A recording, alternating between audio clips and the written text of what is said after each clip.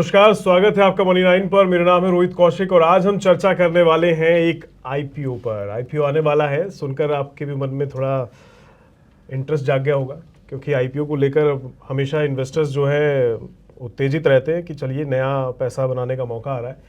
तो ये आईपीओ है क्लीन मैक्स एनवायरो।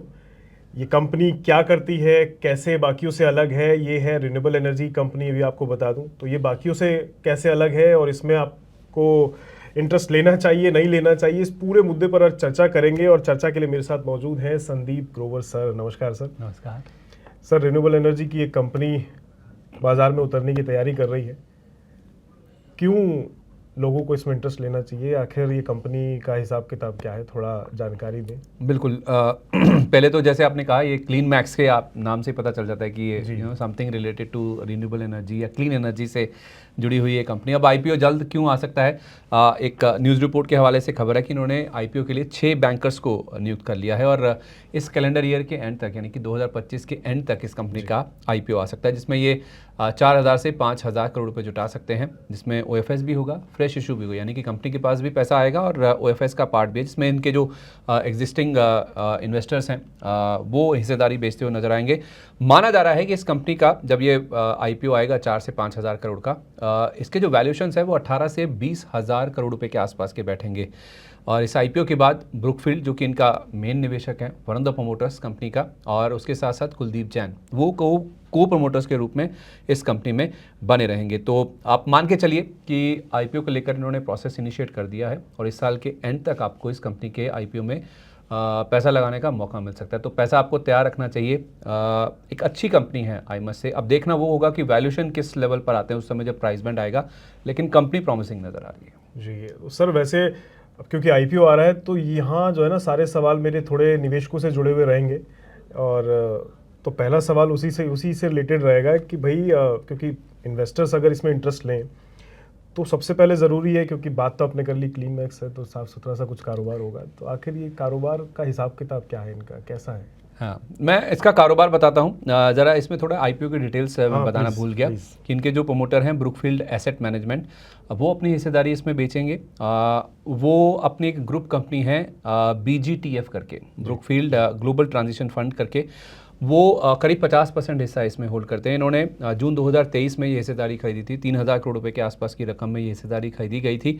तो एक तो ब्रुकफील्ड एसेट मैनेजमेंट, जो कि वन ऑफ द प्रमोटर्स हैं, मेजॉरिटी स्टेक रखते हैं, और उसके साथ साथ ऑगमेंट इंफ्रास्ट्रक्चर और डैनिश इन्वेस्टमेंट फंड, ये भी अपनी कुछ हिस्सेदारी इस ओएफएस के जरिए बेचते हुए नजर आएंगे। तो कुछ तो नए शेयर जारी होंगे और कुछ ओएफएस का पार्ट है, जो कि ब्रुकफील्ड और उसके साथ साथ ऑगमेंट इंफ्रास्ट्रक्चर और डैनिश इन्वेस्टमेंट फंड, ये अपनी हिस्सेदारी बेचते हुए नजर आएंगे। अब आते हैं सबसे इंपॉर्टेंट पार्ट पे कि क्लीन मैक्स नाम है, क्लीन कारोबार है, ग्रीन एनर्जी का कारोबार है, अलग क्या है? देखिए, ये कंपनी आपको वैसे on the face of it छोटी नज़र आएगी, क्योंकि 1700 मेगावाट की इनकी ऑपरेशनल कैपेसिटी है, कुछ 1.5 गीगावाट यानी कि 1500 मेगावाट और डेवलप कर रहे हैं ये, एज़ पर जो रिपोर्ट्स हैं। 2011 में इन्होंने अपना कारोबार शुरू किया था। भारत में अगर आप देखें, वैसे तो पूरे एशिया में ये ऑपरेट करते हैं ऑलमोस्ट, भारत के अलावा आप देखेंगे तो ये बाकी देशों में भी हैं। भारत में ये C&I सेगमेंट में ऑपरेट करते हैं, खासतौर पे एक्टिव वहीं पे हैं। अब आप कहेंगे कि C&I क्या हुआ? C&I मतलब कमर्शियल एंड इंडस्ट्रियल, और यहीं से ये अलग हो जाते हैं बाकी कंपनियों से। कि रिन्यूएबल एनर्जी में तो बहुत सारी कंपनियां काम कर रही हैं, लिस्टेड स्पेस में आपको कंपनियां मिल जाएंगी।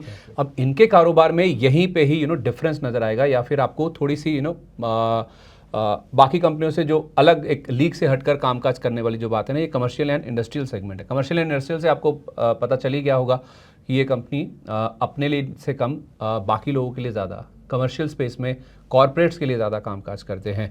तो नवंबर 2024 तक 1.9 गीगावाट क्षमता इन्होंने ऑपरेशनल कर रखी थी, या फिर इन्होंने डेवलप कर रखी थी, जिसमें से 400 मेगावाट थर्ड पार्टी को इन्होंने बेच रखी है, ऐसा एक केयर रेटिंग्स की रिपोर्ट बताती है। तो यहीं से आपको पता चलेगा कि ये कंपनी किस तरह से ऑपरेट करती है। C&I मतलब कमर्शियल एंड इंडस्ट्रियल सेगमेंट में ऑपरेट करती है। बाकी जो कॉर्पोरेट्स हैं उनके लिए कामकाज करते हैं ये, और खुद बनाते हैं, अपने लिए भी बनाते हैं, ऑपरेट करते हैं, बाकियों के लिए भी बनाकर उनको ट्रांसफ़र भी कर देते हैं, और चाहे तो उनके लिए मैनेज भी कर देते हैं। ये मैं आपको पूरा आगे विस्तार से बताता हूँ। जी, तो यानी थोड़ा सा बाकी कंपनियों के मुकाबले में जो ऐसी ही फील्ड में है उनसे थोड़ा सा डिफरेंशिएट है इस काम के, इनके कामकाज को लेकर। अब एक सवाल और ग्राहकों का या निवेशकों का कह लीजिए, रिटेलर्स का कह लीजिए, कि सर इनके जो ग्राहक हैं इनके, वो कुछ लिस्ट विस्ट है, कुछ जानकारी? हाँ हाँ, और लंबी चौड़ी लिस्ट है। कई सारी इंडस्ट्रीज में ये ऑपरेट करते हैं, जिसमें डेटा सेंटर्स भी है। डेटा सेंटर आज एक हॉट टॉपिक है जी। हर कोई डेटा सेंटर्स डेवलप करने या उस बिजनेस में एंटर करने की कोशिश कर रहा है। तो वाइड रेंज ऑफ इंडस्ट्रीज हैं जहाँ पे कॉर्पोरेट्स के लिए ये कामकाज करते हैं। 750 से ज़्यादा कॉर्पोरेट्स के लिए ये ऑलरेडी कामकाज करते हैं, जिसमें गूगल, अमेजोन जैसे नाम भी हैं। अब आप कहेंगे कि ये एशिया में ऑपरेट करते हैं, गूगल अमेजोन का नाम कैसे आप कह रहे हैं? तो उनके जो इंडिया एशिया के जो बिजनेसेस हैं ना, वहाँ के लिए ये सॉल्यूशंस प्रोवाइड करते हैं। अब करते क्या हैं? सबसे खास बात तो ये है कि ठीक है, कॉर्पोरेट्स के लिए काम करते हैं, C&I सेगमेंट में काम करते हैं।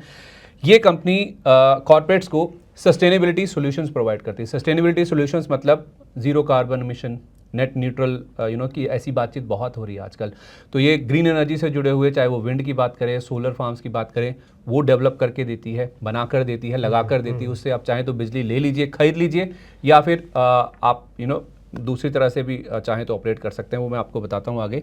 तो ये कंपनी करती क्या है, देखिए, ये टर्न की आधार पर प्रोजेक्ट्स को डेवलप करती है, एग्जीक्यूट करती है। टर्न की मतलब आप रोहित हैं, आपको एक सोलर फार्म या कोई एक विंड एनर्जी या फिर कोई भी क्लीन एनर्जी का एक प्रोजेक्ट बनाना है। अब आप कहेंगे मेरी this is not my expertise, मेरी सरदर्दी नहीं है ये, मुझे आप बनाना है, आप पैसा ले लीजिए, जो करना है आप करिए। तो मैं आपके लिए कंसेप्टलेस करूँगा, उसका आइडिया फ्रेम करूँगा कि क्या प्रोजेक्ट बनने वाला है, उसकी डिज़ाइनिंग करूँगा, फिर उसका एग्जीक्यूशन भी करूँगा, यानी कि प्रोजेक्ट बना के खड़ा भी करूँगा। फिर आपकी मर्ज़ी के अनुसार आप कहेंगे कि मैं आपको दे दूँ, आप उसका मेंटेनेंस करेंगे, आपकी मर्जी। आप कहेंगे कि मुझे मेंटेनेंस करना है, मैं वो भी करने के लिए तैयार हूँ। तो दोनों तरह से ये कंपनी ऑपरेट करती है, और कैप्टिव ग्रुप कैप्टिव लेवल पर भी ये कंपनी ऑपरेट करती है। यानी कि इनके पास जो प्रोजेक्ट्स हैं, अब चाहे आप कह रहे हैं कि मुझे आपसे प्रोजेक्ट नहीं बनवाना, या आप मेंटेन करें या मैं मेंटेन करूं, मुझे इस सरदर्दी में भी नहीं पड़ना, मुझे तो क्लीन एनर्जी चाहिए, मुझे नेट न्यूट्रल रहना है, नेट कार्बन न्यूट्रल रहना है। उसके लिए जो कैप्टिव होते हैं या फिर ग्रुप कैप्टिव मतलब आपने किसी प्रोजेक्ट में जाकर पैसा लगा दिया अपने कैप्टिव यूज़ के लिए, तो मेरा जो प्रोजेक्ट है उसमें आपने निवेश किया, मैं उसके बदले में आपको बिजली दूंगा, या फिर क्लीन पावर या ग्रीन एनर्जी आपको दूंगा, वो आप यूज़ कीजिए, आप नेट कार्बन न्यूट्रल रहेंगे, या फिर नेट कार्बन जीरो एमिशंस के साथ आप ऑपरेट कर सकते हैं। बहुत फोकस है इस चीज़ को लेकर, कॉर्पोरेट्स में इस चीज़ को लेकर अभी बहुत धूम मची हुई है। बहुत इस चीज़ का है कि हमें नेट न्यूट्रल रहना है, कार्बन एमिशन को लेकर जो हमारा जो नेट एमिशंस है वो ज़ीरो होने चाहिए, नेट कार्बन न्यूट्रल रहना है हमें एमिशन को लेकर। तो उसी के तहत ये सारा काम हो रहा है, और वहीं पे ये कंपनी कामकाज कर रही है। कॉर्पोरेट्स को net carbon zero emission, net carbon neutral रहने में ये प्रोजेक्ट्स हैं, ये कंपनी प्रोवाइड करती है। तो टर्न की बेसिस पर, यानी कि आपकी सुविधा के अनुसार पूरी चीज़, डिज़ाइनिंग, कॉन्सेप्चुलाइजेशन, एग्जीक्यूशन, फिर उसका मेंटेनेंस, सब ये करके देते हैं। तो यहीं पर ये कंपनी महारत हासिल करती है। ये विंड और सोलर के अलावा रूफटॉप सोलर प्रोजेक्ट्स जो है ना, वहाँ पे ज़्यादा कामकाज करती है। कॉर्पोरेट्स इसी चीज़ के ऊपर ज़्यादा फोकस करते हैं, या ये इनके लिए ज़्यादा वायबल होता है, और इसकी तरफ उनका रुझान भी काफ़ी ज़्यादा है। और उसके साथ साथ आप देखिए रिन्यूएबल एनर्जी सर्टिफिकेट्स, जो कि मोटिवेट करने के लिए कॉर्पोरेट्स को या फिर कंपनियों को इस ग्रीन एनर्जी के यूसेज की तरफ या फिर उसकी तरफ लाने के लिए सरकार की ओर से एक पहल है।